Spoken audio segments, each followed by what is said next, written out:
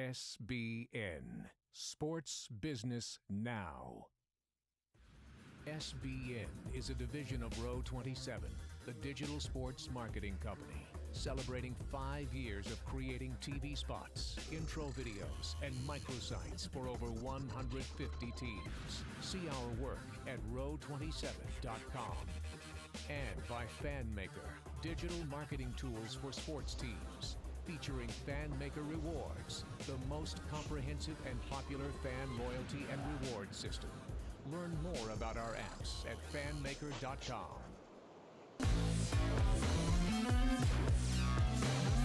SBN Live. Welcome to SB Live, episode 47. My name's Max Huber. This is where sports marketing and technology meet. Joined today by Caleb Mezzi. You can check him out on calebmezzi.com. We're going to talk to him about a few things.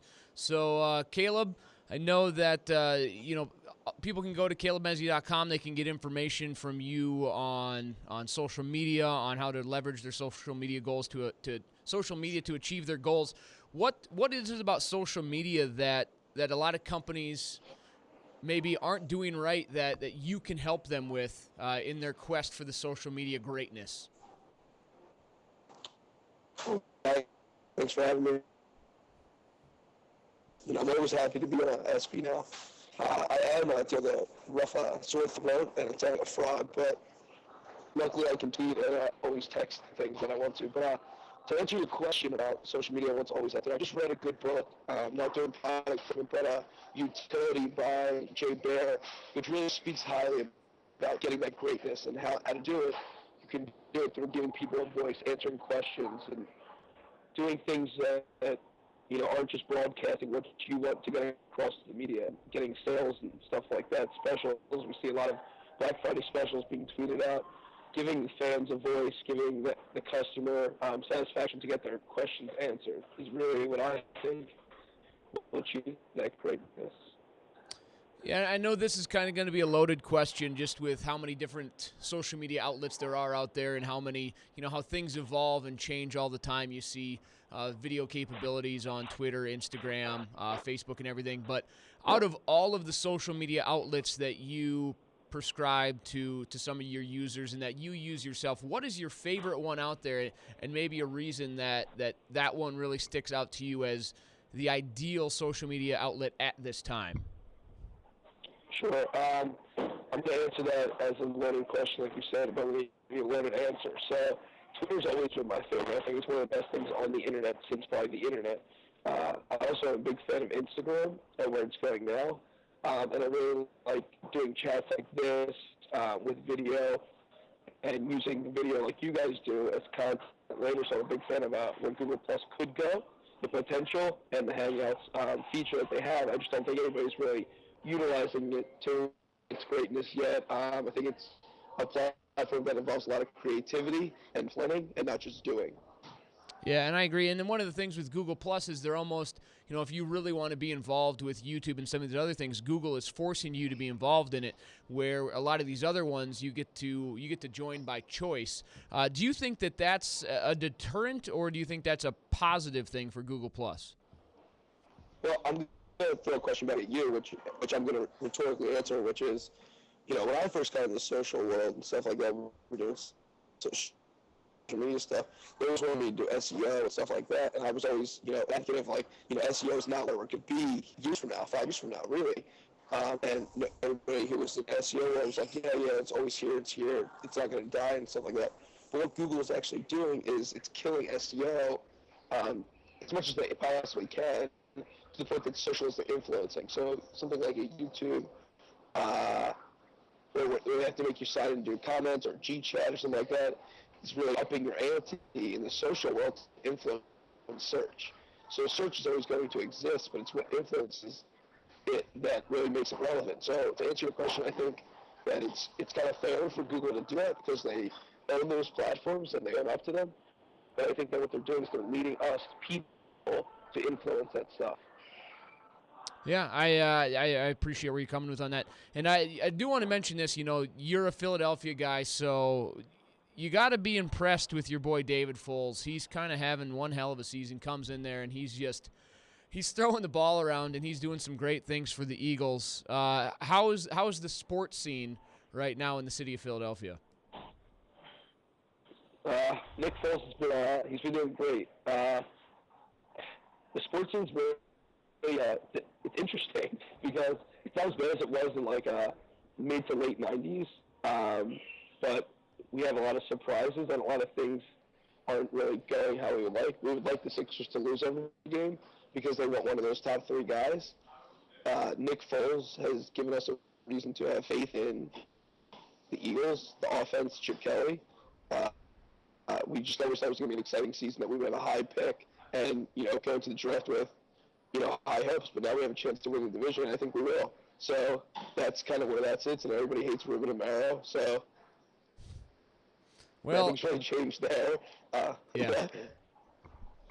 I was going to say, at least you guys are winning. We've, we've snuck a few games out here as the Vikings, and then, obviously we got the Wild and the Wild and the T-Wolves, but the Atlantic Division in the NBA, I don't think anybody's over 500 right now, but somebody from that division is going to make the playoffs. Not that anybody deserves to. So, is it going to be your 76ers that make it this year? If they make it, they're going to back their way into it, and I don't think the city would be happy. I think we would love to be in the Timberwolves position with, Rubio and Kevin Love and, Brewer and all those guys. But, it's funny you mentioned that conference because we saw tweets yesterday with the Blazers and the Suns. So that was pretty comical, saying that the Western is always heavy. I mean, it's like that in every sport. The AFC is usually better. The AL is usually better, so I don't know why, but that's usually the case. Yeah, and speaking about the Timberwolves, that moves into our first story. They had a game scheduled in Mexico City with the San Antonio Spurs. A number of the officials with the T-Wolves, especially Rick Allen, wasn't happy about having to travel down to Mexico City for a game. It was scheduled for 9:30 Eastern last night, but tip-off was pushed back, and they postponed the game last night because of a generator malfunction outside the arena that sent smoke pouring into the building, and since then, the game has been canceled and will be moved to the city of Minneapolis at Target Center. So it already was a home game for the Timberwolves, and now it actually will be a home game in Minneapolis. We've got some pictures on here that fans were posting out on Facebook, Twitter, Instagram, speaking of social media, but it's kind of disappointing for the fans down there, and not only for the players. They go down, and they don't even get to play the game. It's, what are your thoughts on this, Caleb? Is this kind of a disaster for the NBA, for Mexico City, for anybody? And, I don't know there's much they could do about it, but what are your thoughts? Well, I actually never heard that Mexico City was rumored to have, or be in play, I should say, for an NBA team at one point. I know it's something David Stern would love, but I think that's where they really get hurt. I don't think there's ever going to be a chance that they're going to have a team because of something like this. I also don't understand how something like this happens just like that. It reminded me of the scene in Space Jam where they're all in the locker room and they're like, not going out there. We're not going to play. We don't know what's out there. We've seen all this stuff. Like, it was just very bizarre. Like, it doesn't happen. And like you said, they were there for X amount of days in preparation for this. How did they not embrace this, or how did they not kind of know that this could happen? So I know Adelman's probably the happiest guy because he actually gets a home game from this. But in terms of the players and the NBA and all that travel, it was such a waste. It's just like, it's like going to London and something happening like that, for the NFL. I mean, it's a wasted opportunity, and you really can't go back there. You have a bitter taste in your mouth. Yeah, it is disappointing. I love the Space Jam reference in there. That was that was a nice touch. But they'll play the Spurs up here. Season ticket holders will probably get another ticket to a game that they would have already had. But like you said, it's disappointing for the fans down there. They don't get to see NBA basketball live all the time. But we'll see what happens in future years if they do go back. What's going to happen with that whole situation with the NBA traveling abroad, Mexico City. Next story we're going to talk about is the Super Bowl, which may be 2 months away. That'll be up in the New York, New Jersey area, but already Fox has sold out of all the available Super Bowl commercial slots. So they sold out about 1 month earlier than CBS did, or announced their sellout at least for last year's Super Bowl.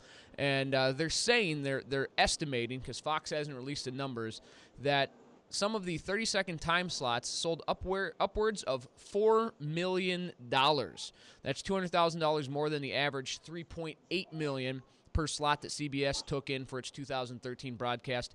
These numbers just keep going up and up and up. It'll be interesting to see how much they do, but I still think last year with Oreos, you can dunk in the dark, was still, when they sent out that tweet, was still the best advertising that anybody could gain, but you still see these numbers going up in TV. Caleb, what are your thoughts on this? So with a couple layers there. One thing, I'm going to do a serious plug of my own here, is 2 years ago I started to keep track of all the hashtags that we used during the Super Bowl. Last year I did the same thing, and pretty big growth from 2012 to 2013. So I expect to see even more growth in 14. I think everybody's going to have it. You're almost in the dark if you don't. So I think taking advantage of that. But at the same point, you make reference of the Oreo one, and that was a real-time marketing thing where you don't even get to, pay for anything like that. But how often does a situation where we go, a blackout happen? So you kind of have to create your own real-time respondents, really, to do and to get some stuff like that. I think what we might see is media buy-ins, which is, someone buying, a hashtag on Twitter just to compete. Defense, like to play defense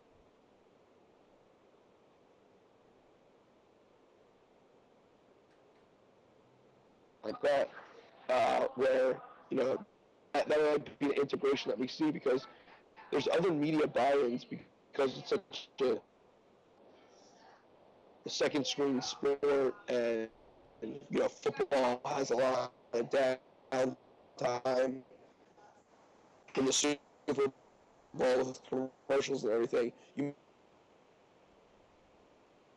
that kind of stuff. You might also see people like Super Bowl that kind of buy-in. Facebook's wanting you to pay for more stuff. Creating your own content is another thing. So you're doing these ads and stuff like that where you have to pay for the ad, but you have to get your money's worth out of it. And all these other companies can really just piggyback their way on through social media. And I think that could happen. Instagram could have a huge platform for ads this Super Bowl.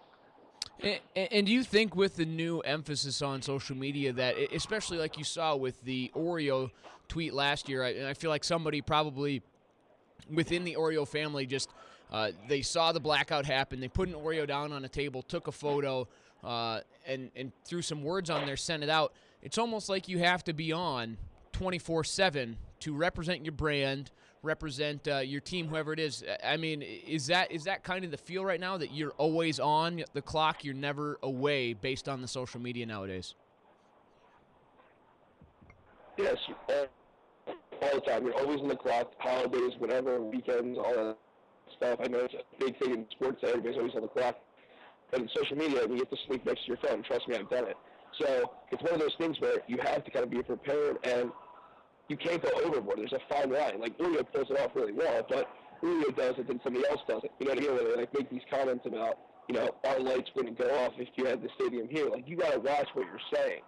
So there's a fine line between doing it to be creative, staying within the brand, or just doing it to do it.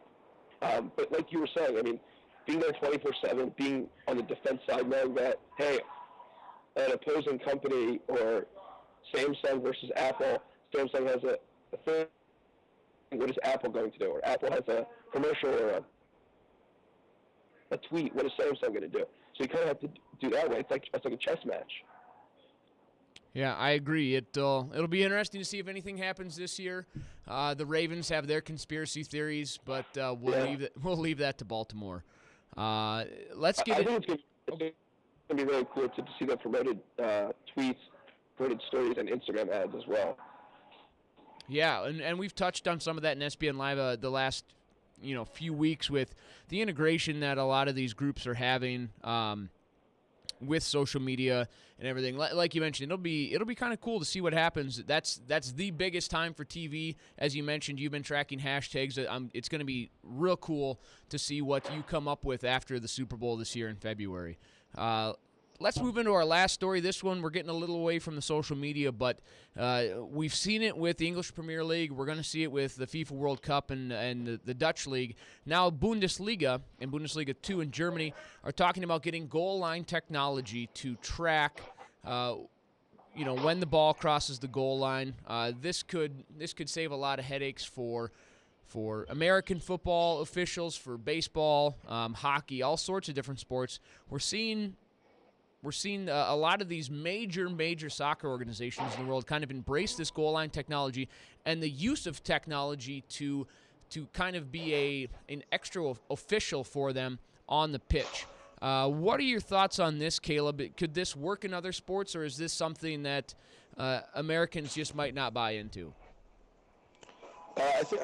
I think it could definitely work. If it works here, I think it could work in hockey. I mean, I think that's probably the first thing it just molds into.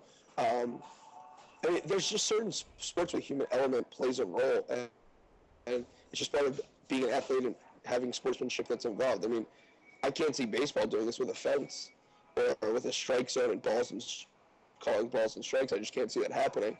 But when you break the plane and stuff like that in football and end zone, scoring a goal, I mean, I think it's kind of, it makes sense. It's something that we can, take technology, get better results, but you still need that human person there to trigger, deal with troubleshooting and all that kind of stuff. So how do we